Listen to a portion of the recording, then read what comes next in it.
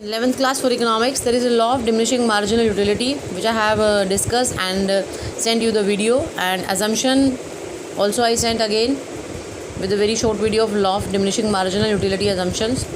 Now consumer equilibrium with cardinal analysis, one commodity case. So consumer equilibrium is the point where consumer get maximum satisfaction. You ask the question, why third unit is the point of consumer equilibrium? This is the point of consumer equilibrium.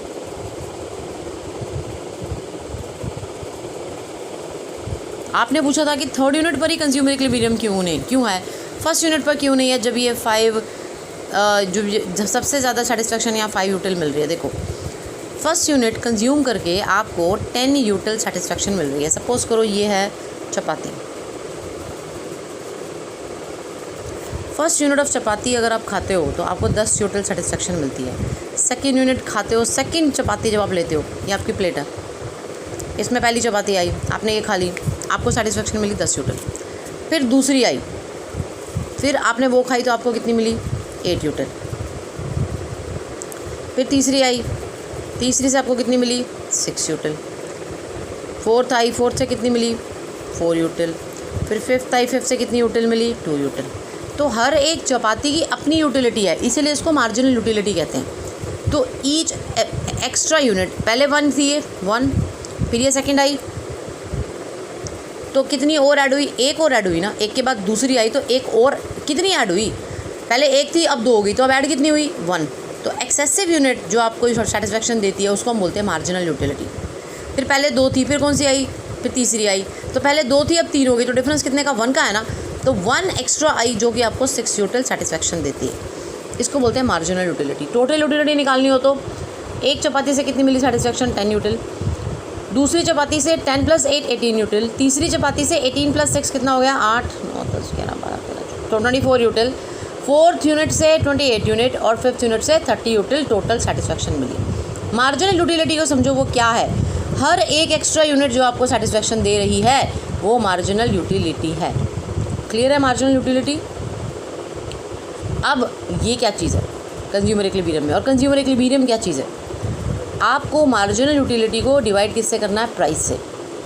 अब मान लो एक चपाती suppose करो है 2 रुपये की, price पहले ही fix हो जाता है और प्राइस कांस्टेंट होता है. अगर एक चपाती 2 रुपये की है तो दूसरी चपाती कितने रुपए की हुई, वो भी 2 रुपये की हुई. तीसरी चपाती कितने की हुई, वो भी 2 रुपये की हुई. चौथी चपाती भी 2 रुपये की, सारी चपाती 2 रुपये की है. एक लोगे तो वो 2 रुपये की है, और प्राइस हमेशा पर यूनिट दे रखा होता है इकोनॉमिक्स में. पर यूनिट प्राइस देते हैं. ये नहीं कि वो एक चपाती का प्राइस देगा 2 और 2 चपाती खा रहे हो तो प्राइस देगा 4. वो आपको पर यूनिट प्राइस देगा. अपने आप क्वांटिटी से मल्टीप्लाई करके अपने आप अपना प्राइस निकालते रहो कितना आपको पे करना पड़ रहा है. तो मार्जिनल यूटिलिटी को प्राइस से डिवाइड करने का क्या मतलब है, देखो, आपको 2 रुपये खर्च करके 2 रुपये स्पेंड करके आपको सेटिस्फेक्शन कितनी मिल रही है 10 यूटिल. कितनी मिल रही है ना, 2 रुपये खर्च करे, एक चपाती खरीदी, वो खाई तो कितनी सेटिस्फेक्शन मिली 10 यूटिल. तो 2 रुपये खर्च करके आपको कितनी सेटिस्फेक्शन मिल रही है 10 यूटिल. तो 1 रुपया खर्च करके कितनी मिलेगी 10/2 कितना आ गया 5 यूटिल. 1 रुपया खर्च करके आपको 5 यूटिल सेटिस्फेक्शन मिलेगी. तो वो मैंने यहाँ लिखी है. मैंने सारी सेटिस्फेक्शन को कन्वर्ट कर दिया यूटिलिटी पर रुपी. यूटिलिटी इसको मैं कहूँगी यूटिलिटी ऑफ 1 रुपी. ये सारी 1 रुपये की यूटिलिटी है, और ये यूटिलिटी है what you achieved, what you are receiving, getting, ये अचीव्ड है. ये सारी what you have achieved, what you got after eating all the chapatis. So now first unit is giving you 5 util satisfaction. अब second unit का क्या है, देखो, जब तुम सेकेंड यूनिट खा रहे हो, जब सेकेंड यूनिट की चपाती, जब तुम सेकेंड चपाती खा रहे हो तो कितने रुपये की है 2 रुपये की है. 2 रुपये स्पेंड कर रहे हो, सेटिस्फेक्शन कितनी मिल रही है 2 रुपये से, ये देख लो 8 यूटिल. इसका मतलब 1 रुपये से कितनी मिलेगी 4 यूटिल. तुमने 1 रुपये की निकाल ली, 2 रुपये की तुम्हें पता थी, 1 रुपये की 2 रुपये की तुम्हें पता थी, 2 रुपये की तुम्हें पता थी और 1 रुपये की तुमने निकाल ली. 2 रुपये से कितनी सेटिस्फेक्शन मिल रही है 8 यूटिल. तुम बता रहे हो ना यार, देखो 2 रुपये से 8 यूटिल सेटिस्फेक्शन मिल रही है. 10 के बाद 8 क्यों ले रहे हो, 8 के बाद 6 क्यों ले रहे हो, कम क्यों ले रहे हो? क्योंकि इस पे कौन सा लॉ अप्लाई हो रहा है? Law of diminishing marginal utility. Law of diminishing marginal utility इस पे अप्लाई हो रहा है। Law of diminishing marginal utility क्या कहता है? जब आप कंज्यूम करते हो कॉन्टीन्यूसली तो उससे मिलने वाली सेटिस्फेक्शन आफ्टर अनदर क्वांटिटी क्या हो जाती है? डिक्रीज़ होती जाती है। ठीक है, इसीलिए 10 के बाद 8 और 8 के बाद उससे छोटा नंबर ही लेना पड़ेगा। ज़रूरी नहीं कि आप 6 लो, आप 7 भी ले सकते हो। 10 के बाद 8 ले लो, 8 के बाद 7 ले लो, कोई दिक्कत नहीं। ठीक है, लेकिन मैंने कांस्टेंट लिया है ताकि मेरा जो डायग्राम है वो सिमेट्री वाला बने। ठीक है, अब 1 रुपये से कितनी सेटिस्फेक्शन मिली यहाँ पर? 4 यूटिल। यहाँ पर 3 रुपये से कितनी सेटिस्फेक्शन मिली? 3 रुपये से मिली 6 यूटिल, यानी कि 6 यूटिल मिल रही है कितने रुपए खर्च करके? सॉरी, थर्ड चपाती से मिली 6 यूटिल। थर्ड चपाती कितने रुपए की है? वो 2 रुपये की है। तो 2 रुपये खर्च करके सेटिस्फेक्शन कितनी मिली? 6 यूटिल। तो 1 रुपया खर्च करके 3 यूटिल। फिर 2 रुपये खर्च करके इतनी सेटिस्फेक्शन मिल रही है। 2 रुपये खर्च के चौथी चपाती खरीदी, सेटिस्फेक्शन कितनी मिली? 4 यूटिल। तो अब 1 रुपये से कितनी मिलेगी? 2 यूटिल, 4/2। अब 5वीं चपाती भी 2 रुपये की है, सेटिस्फेक्शन कितनी मिलेगी? 2 रुपये खर्च करके 2 यूटिल मिल रही है, तो 1 रुपया खर्च करके 1 यूटिल। तो ये तुमने निकाली है utility what you received, utility what you get after spending. ठीक है, अब ये क्या है? इसको कंपेयर किससे किया?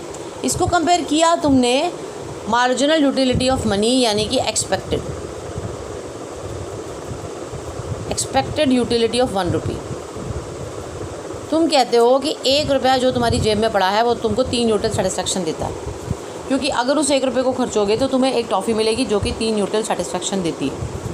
तो उस टॉफ़ी की सेटिस्फेक्शन से तुमने कंपेयर करना है किसको? जो तुम यूटिलिटी 1 रुपये की 1 रुपया खर्च करके रिसीव कर रहे हो। ये सारी यूटिलिटी 1 रुपया खर्च करके तुम रिसीव कर रहे हो। इसको कंपेयर करोगे किससे? उस 1 रुपये से जो तुम मार्केट में खर्चोगे तो तुम्हें 3 यूटिल सेटिस्फेक्शन मिलेगी। ये कांस्टेंट रहेगी। ये एक बार तुमने 3 यूटिल बोल दिया ना तो 3 यूटिल ही रहेगी थ्रू आउट क्वेश्चन। इसको चेंज नहीं कर सकते। ये नहीं कि यहाँ बोलो 3, यहाँ बोलो 4, फिर यहाँ बोलो 5, ऐसे नहीं होता। आपको ये कांस्टेंट रखना पड़ेगा। मार्जिनल यूटिलिटी ऑफ मनी आपको कांस्टेंट रखना पड़ेगा, प्राइस भी आपको कांस्टेंट रखना पड़ेगा। ये नहीं कि पहले बोलते पहली यूनिट 2 रुपये की है, दूसरी यूनिट 4 रुपये की। नहीं, पहली यूनिट भी 2 रुपये की है, दूसरी भी 2 रुपये की है, तीसरी भी 2 रुपये की, और बाकी भी 2 रुपये की। मार्जिनल यूटिलिटी ऑफ मनी क्या रहेगी? कांस्टेंट रहेगी। ये क्या है? जो 1 रुपया मार्केट में खर्च करके आपको 3 यूटिल, आपको जो भी चीज़ मिलती है, टॉफ़ी, रबड़, जो भी मिलता है वो आपको 3 यूटिल की सेटिस्फेक्शन देता है। जेब से 1 रुपया तभी निकलेगा जब खर्च करके आपको ज़्यादा सेटिस्फेक्शन वाली चीज़ मिल रही है। और आप कब तक खर्चा करते रहोगे? 3, यहाँ मुझे जेब में से पैसा खर्च करके 5 यूटिल सेटिस्फेक्शन मिल रही है 1 रुपये से, और जेब में 1 रुपया रख के 3 यूटिल की सेटिस्फेक्शन मिल रही है, क्योंकि खर्च करके 3 यूटिल मिल रही है। मेरी जेब में जो 1 रुपया पड़ा है, अगर मैं उसको खर्च करूँ तो मुझे 3 यूटिल सेटिस्फेक्शन देगा। तो मैं 3 यूटिल जब तक मुझे नहीं मिलेगी तब तक मैं उसको जेब से निकालूंगी नहीं। अब मुझे 5 यूटिल मिल रही है खर्च करके, 3 यूटिल मैं वैसे एक्सपेक्ट कर रही हूँ 1 रुपये की सेटिस्फेक्शन ज़्यादा मिल रही है, चलो अब अगली रोटी भी खा लो। फिर 3 यूटिल सेटिस्फेक्शन मिल रही है मुझे 1 रुपया खर्च करके, तो मैं खर्च करूँगी क्योंकि मुझे सेटिस्फेक्शन 4 यूटिल यानी कि 3 से ज़्यादा 4 मिल रही है। फिर 3 यूटिल मैं एक्सपेक्ट कर रही हूँ, 3 यूटिल ही मेरे को मिल रही है, बस ये मेरा कंज्यूमर इक्विलिब्रियम। यहाँ मैं रुक जाऊँगी। कंज्यूमर इक्विलिब्रियम का मतलब होता है where you want to stop, up to which point you want to stop, where you are getting maximum satisfaction. तो आपने कितनी सेटिस्फेक्शन अर्न कर ली? ये 5, 4, 3, ये सारी 5, 4, 9, 10, 11, 12 यूटिल आपने सेटिस्फेक्शन अर्न कर ली टोटल। और वैसे मार्जिनल यूटिलिटी की बात करें तो कितनी है? 3 यूटिल।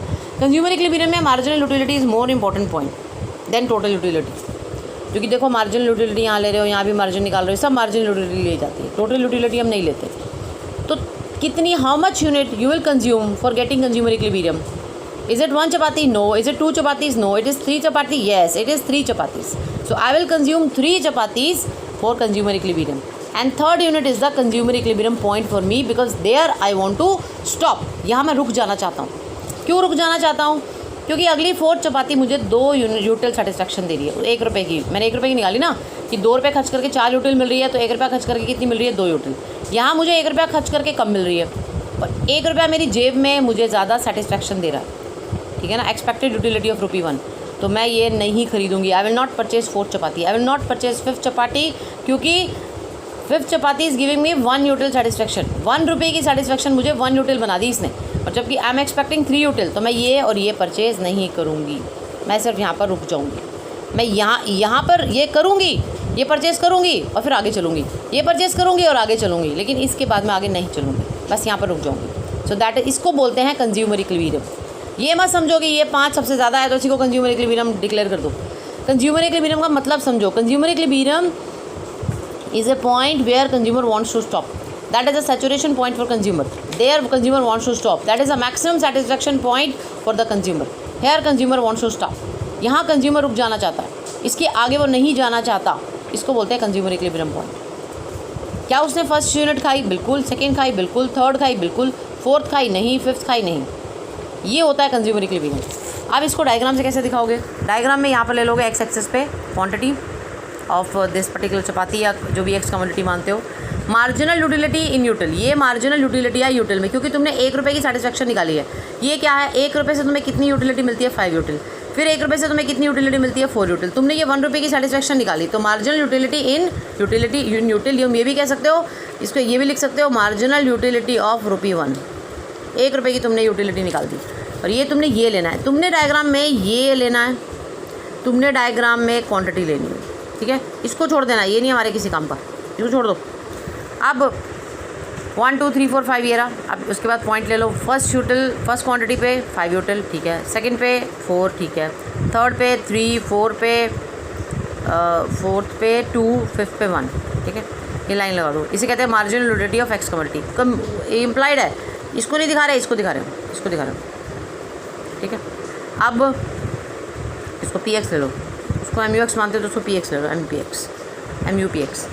अब अगली लाइन क्या ड्रॉ करोगे? मार्जिनल यूटिलिटी ऑफ मनी, ये 3 यूटिल, ये 0 पे भी 3 है, 1 पे भी 3 है, 2 पे भी 3 है, सब पे 3 है, तो straight line parallel to x axis बन जाएगी। जहाँ पर ये दोनों कट करेंगे वो कंज्यूमर इक्विलिब्रियम का पॉइंट है। ये कहाँ कट कर रहे हैं? परपेंडिकुलर लाइन ड्रॉ करो towards x axis. Third unit पे कट कर रहे हैं, तो this is the point of consumer equilibrium. ये कंज्यूमर इक्विलिब्रियम का पॉइंट है आपके लिए, जहाँ पर एम यू एक्स और जहाँ मार्जिनल यूटिलिटी पर रुपी और मार्जिनल यूटिलिटी ऑफ मनी, ये क्या है? ये तुम जो एक्सपेक्ट कर रहे हो, ये क्या है? जो तुम सचमुच में रिसीव कर रहे हो। तो जो तुम एक्सपेक्ट कर रहे हो और जो सचमुच में रिसीव कर रहे हो, जब दोनों बराबर हो जाएंगे, जिस क्वांटिटी पे बराबर हो जाएंगे उस क्वांटिटी पे कंज्यूमर इक्विलिब्रियम हो जाएगा।